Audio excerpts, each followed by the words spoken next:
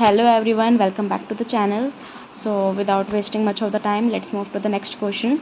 So our next question is, identify the major variable used for segmenting the market for tourism products and services. Explain any three variables with suitable examples.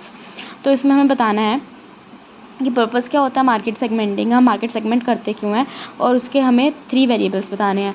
लेकिन मैंने पूरे पाँचों के पाँचों variable इसमें explain किए हैं, because you never know question सिर्फ 5 सेगमेंट को पूछने का आ जाए कि सारे सेगमेंट को एक्सप्लेन करो. तो इस वीडियो में मैं पूरा क्वेश्चन कवर करूँगी, लेकिन सिर्फ 3 सेगमेंट के साथ. नेक्स्ट वीडियो में जो 2 बचे हुए सेगमेंट है वो कंप्लीट करूँगी. So the purpose of market segment क्या होता है. पहले हम वो मार्केट पता लगाते हैं जो सबसे ज़्यादा टूरिस्ट हमें दे रहा है.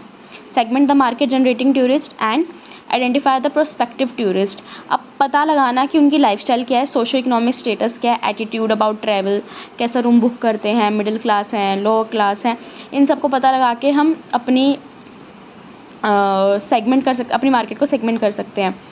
तो ये हम करते क्यों हैं, ताकि हमारा जो वो है मार्केटिंग है वो कॉस्ट इफेक्टिव हो, ऑप्टिमम यूटिलाइजेशन ऑफ रिसोर्स हो कम पैसों में. अब ये कैसे अचीव कर सकते हैं, by designing, promoting and delivering the tourism products or service in such way that identical needs of the target groups are satisfied. If you know आपके होटल में कैसे लोग आने वाले हैं और वो कैसा रूम बुक करने वाले हैं, ज़्यादातर मेजॉरिटी वाले कौन से रूम बुक करते हैं, तो उसके हिसाब से आप अपने होटल को डिज़ाइन करोगे, फिर तुम प्रमोशन करोगे उसके, फिर जब वो गेस्ट आएंगे तुम उनको उनकी नीड्स को डिलीवर करोगे ताकि उनकी भी नीड्स मिल जाए और तुम्हारा भी कॉस्ट इफेक्टिव वे में काम चल जाए. तो according to Kotler, I don't know how to pronounce, there is no single way to segment a market. हम किसी एक तरीके से मार्केट को सेगमेंट नहीं कर सकते, हमें बहुत सारे तरीक़ों को मिक्स करके कॉम्बिनेशन कैसे भी करके चलना पड़ता है ताकि हम कर सकें. जैसे स्ट्रैटेजी में हम एक स्ट्रैटेजी नहीं अप्लाई कर सकते, कहीं पे हमें 2-3 स्ट्रैटेजी को मिक्स करके आगे किसी बेनिफिट के लिए जाना पड़ता है. So according to Kotler there is a no single way to segment a market. अब market has to try different segmentation variables. उनको हर मोड पे कुछ ना कुछ सेगमेंटेशन जो वेरिएबल्स हैं उनको अप्लाई करना पड़ेगा, सिंगली या फिर in combination, hoping to find an insightful way to view the market structure, ताकि हम मार्केट के स्ट्रक्चर्स को अच्छे तरीके से देख सकें. अगर डेफिनेशन लिख रहे हैं तो हमें एज इट इज़ ये पूरी लाइन लिखनी पड़ेगी उसमें. If you want to skip you can. तो ऊपर तो हमने पढ़ा कि पर्पस क्या है. एक तो हमें मार्केट पता लगाना, सबसे ज़्यादा टूरिस्ट हमें दे रहा है, उसके बाद उन टूरिस्ट की लाइफस्टाइल, सोशो इकोनॉमिक स्टेटस, ये सब देखना, और इसका पर्पस क्या है, ताकि कॉस्ट इफेक्टिव हो और जो टूरिस्ट आ रहे हैं उनकी भी नीड्स को हम सेटिस्फाई कर सकें. और इसके बाद कॉटलर जो है उन्होंने कही थी कि हम जो मार्केट को हम उसको एक तरीके से सेगमेंट नहीं कर सकते, we have to go with the different segmentation variables so that we can find an view of the market structure. Now the major variables कौन से हैं. The 5 ones are geographic, demographic, physiographic, behavioral and price. नाम से ही पता लग रहा है इनके अंदर क्या क्या होगा. ज्योग्राफी से ज्योग्राफिकल लोकेशन, डेमोग्राफिक में उनका स्टेटस, सोशो इकोनॉमिक ये सब, और फिजियोग्राफिक में उनका पर्पस क्या है टूरिज़्म का. तो अभी हम सिर्फ ये 3 कवर करेंगे इस वाले में. So number 1 is geographic segmentation. तो कंपनी के ऊपर डिपेंड करता है वो कहाँ कौन कौन से जियोग्राफिकल लोकेशंस में ऑपरेट करना चाहती है, लेकिन वो सबसे ज़्यादा वहाँ पे ऑपरेट करती है जहाँ पे उनको ज़्यादा टूरिस्ट मिलते हैं और लोकल वेरिएशंस होती हैं बहुत ज़्यादा, और ईज़िली हम टूरिस्ट के नीड्स और प्रेफरेंस को फुलफ़िल कर सकते हैं. वो वेरियस जियोग्राफिक लोकेशंस पे हो सकती है, कंट्री, स्टेट और रीजन और city etcetera. It depends upon the company. The segment is based on the idea that customer need can differ according to the geographical regions.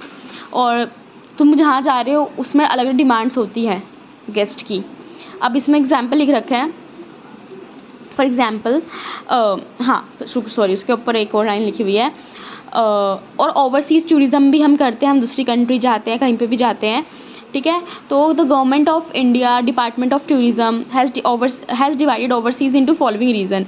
उन्होंने इस रीजन में ना डिवाइड कर दिया है ओवरसीज़ टूरिज़्म को. एक तो the Americas, the United Kingdom, Europe, Middle East, Far East and Australia. This 6 are the ones. जिस तरीके से जो हमारी गवर्नमेंट है उसने ओवरसीज़ टूरिज़्म को डिवाइड कर रखा है. और जो जियोग्राफिकल सेगमेंटेशन होता है वो उस पर भी डिपेंड करता है टूरिज़्म के प्रोडक्ट पे. Like mountain resorts will be marketed not in Switzerland but in countries which have no mountains. तो तुम जो माउंटेन रिजॉर्ट्स होंगे तुम ऐसी जगह रखोगे जहाँ पे माउंटेन्स तुम्हें देखने को नहीं मिलते, so that people can go and enjoy. इसके बाद है हमारा डेमोग्राफिक सेगमेंटेशन। इस सेगमेंटेशन के अंदर आते हैं हमारे डेमोग्राफिक वेरिएबल्स। इसके अंदर आता है हमारा age, sex, family size, family life cycle, income, education, nationality क्या है, रेस क्या है। और ये जो सेगमेंटेशन होता है this is the most frequently used. ये तो हम जैसे इन्फॉर्मेशन अपनी लिखते हैं, हम कहीं रिजर्वेशन भी कर रहे हैं तब भी हम अपनी सारी इन्फो देते हैं वहाँ पे। इससे consumer wants, preference, usage rates are associated with demographic variables. इससे हम पता लगा सकते हैं how much we have to charge, उनका प्रेफरेंस क्या है, व्हाट दे रिक्वायर। और इस मेथड से हमें ईजिली सारा डाटा इंटरप्ट हो सकता है और मेजरमेंट कर सकते हैं, because the person is giving like every information. हम कोई ना कोई उसकी वो मांगते हैं, आधार कार्ड या पैन कार्ड, जिसके अंदर सारी इन्फॉर्मेशन, उसकी नेशनलिटी, ये सब लिखा होता है। तो is the most frequently used है। इससे दो चीज़ें होती हैं, एक तो कस्टमर की वांट्स पता लगती है, दूसरी हमें डाटा मिल जाता है। अब ये एक typical segmentation of the European market for India ऐसे तरीके से है। You can go with this example. Example तो हमें सब में लिखना ही पड़ेगा, विदाउट एग्जाम्पल लाइक मार्क्स नहीं मिलते हैं। तो एक तो एग्जाम्पल इसमें तो ये वाला हो गया, माउंटेन रिजॉर्ट्स वाला जियोग्राफिकल में, जियोग्राफी से याद रखना because related to you know locations. उसके बाद डेमोग्राफिक है, डेमोग्राफिक में सारी उसकी इन्फॉर्मेशन है। तो ये एक मार्केट सेगमेंटेशन है यूरोपियन मार्केट का इंडिया के लिए। Age those between 25 to 59 years, sex both male and female, family size 2 to 5 members आ रहे हैं, फैमिली लाइफ साइकिल सिंगल और married without children below 14 age. And ये मैंने अपने पेज जुगाड़ करके लिख रखा है। सो इसके बाद income 4000 and above, occupation professionals हो सकते हैं, बिजनेस ट्रैवलर्स हो सकते हैं, civil servants, anyone, education higher secondary and above, nationality उनकी German, French, Italian, Dutch, Swiss, Spanish and Swedes. ठीक है, ये हो गया हमारा geographic sorry demographic. Okay, the next one is physiographic segmentation. इसके अंदर क्या होता है, हम इसको बहुत किसी भी डिफरेंट ग्रुप्स में हम इसको डिवाइड कर सकते हैं on the basis of social status, life styles या फिर पर्सनैलिटी कैरेक्टरिस्टिक्स, उसके हिसाब से हम इसको डिवाइड कर सकते हैं। फॉर एग्जांपल यूजिंग इनकम, अगर हम इनकम और ऑक्यूपेशनल वेरिएंस को देख के चलें तो हम इसको डिवाइड करेंगे सोशल स्टेटस को अपर मिडल और लोअर क्लास में। ठीक है, ये एक एग्जांपल है अगर हम डिवाइड कर रहे हैं physiographic segmentation on the basis of income. Income में हम यही देखते हैं ना, कौन लोअर क्लास से है, कौन अपर क्लास से है, कौन मिडिल, इन सब से। और हम फॉर एग्जाम्पल सिमिलरली इसमें एक और एग्जाम्पल दे रखा है, अगर हम पर्सनालिटी के ऊपर पर्सनालिटी पे डिवाइड करें तो adventure sports related tourism products will target the tough and strong और एडवेंचर सीकर्स ओनली। तो और कोई स्पोर्ट रिलेटेड टूरिज्म है तो फिर वो वैसे लोगों को ही आकर्षित करेगा जो स्ट्रॉन्ग, टफ, वो मतलब जो उस चीज़ को सीख कर करना चाहते हैं।